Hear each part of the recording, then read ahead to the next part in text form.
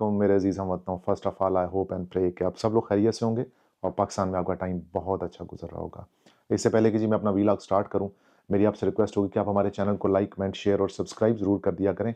हमारे बहुत सारे व्यूअर्स हैं जो हमारी वीडियोज़ देखते हैं, but as compare to the viewership हमारे जो सब्सक्राइबर्स हैं वो ऊपर नहीं जा रहे हैं। तो मेरी आपसे रिक्वेस्ट होगी कि आप हमारे चैनल को सब्सक्राइब ज़रूर कर दें, बेल आइकन प्रेस कर दें, थम्स अप कर दें, ताकि लेटेस्ट वीडियोज़ जो आप तक पहुँचती रहें। और अपने सोशल मीडिया पे इसको शेयर कर दिया करें ताकि इन्फॉर्मेशन बाकी लोगों तक भी पहुंच सके। आज के वीलॉग में हम यूके वर्क वीज़ा के ऊपर बात करेंगे। मेरी नज़र से एक बहुत ही एक मुतबर किस्म का यहाँ पे एक जर्नल है इकोनॉमिस्ट के नाम से, और इकोनॉमिस्ट के ऊपर मैंने एक आर्टिकल पढ़ा तो मैंने सोचा कि मैं आपके साथ भी शेयर करूँ। पाकिस्तान, इंडिया में, बरसगीर में, मिडल ईस्ट से जो लोग यहाँ पे आना चाह रहे हैं और स्पेशली जो लोग केयर वर्कर वीज़ा के ऊपर आते हैं, यहाँ आके उनके साथ बहुत सारे मसाइल पेश आ जाते हैं। और वो किस वजह से आते हैं, क्यों पेश आते हैं, उनकी क्या रीज़न्स होती हैं, और अगर आपने वर्क वीज़ा अप्लाई करना है स्पेशली केयर सेक्टर में, तो आपके पास क्या वो 4 चीज़ें होनी चाहिए जिनको यूज़ करके आप इस सेक्टर में अपना वीज़ा सिक्योर कर सकते हैं। पहली बात, सबसे इम्पोर्टेंट, कि पाकिस्तान में ये एक ट्रेंड बहुत आम है कि जो बंदा जिस काम के लिए क्वालिफ़ाइड है या जिसमें वो स्किल रखता है या जिस काम को वो करता रहा है, उसमें वो काम नहीं करता, बाकी उसको सारे काम आते हैं। यानी कि एक टीचर है, अब उसको टीचिंग करना नहीं आएगी, लेकिन वो मैकेनिक को भी मशवरे दे रहा होगा, वो डॉक्टर को भी बता रहा होगा कि कौन-सी दवाई लेनी है, कौन-सा इंजेक्शन लगाना है।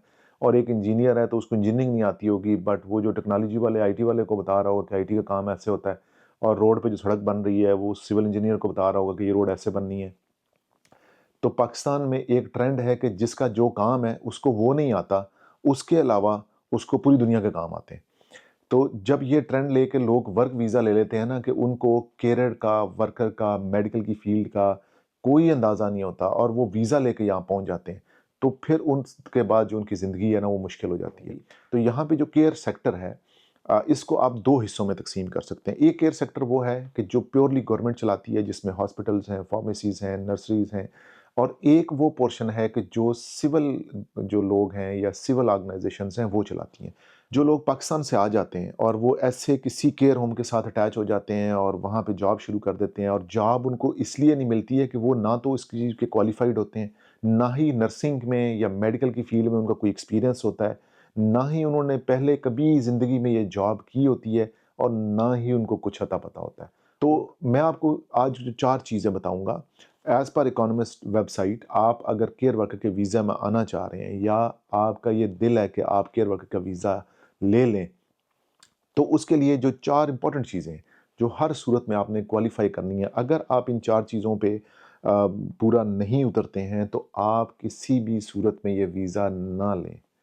पहला जो इसका वो है कि आप एक qualified doctor, nurse, health professional, carer या एडल्ट या सोशल केयरर की जो क्वालिफ़िकेशन है आपकी, आप उस पे पूरा उतरते हैं। सेकंड, आप इस जॉब के एलिजिबल हैं, कि आप एलिजिबल तो तभी होंगे ना जब आप क्वालिफ़ाइड होंगे, और जब आप क्वालिफ़ाइड ही नहीं हैं तो ज़ाहिर है आप एलिजिबल भी नहीं हैं।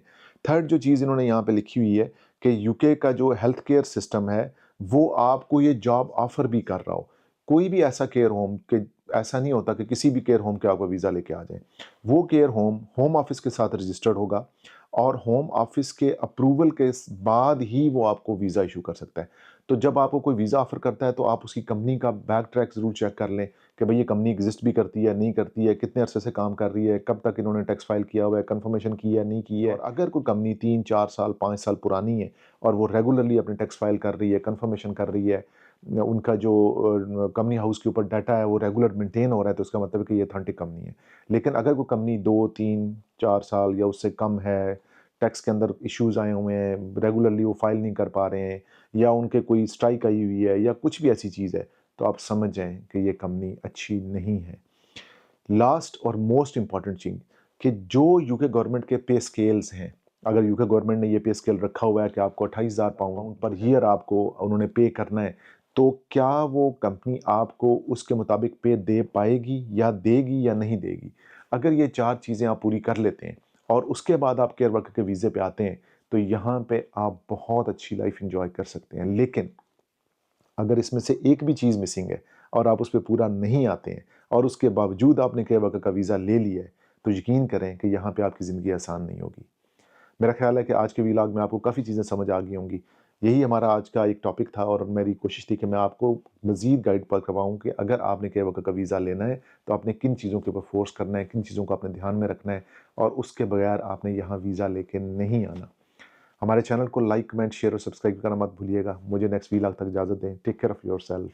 अल्लाह हाफ़िज़।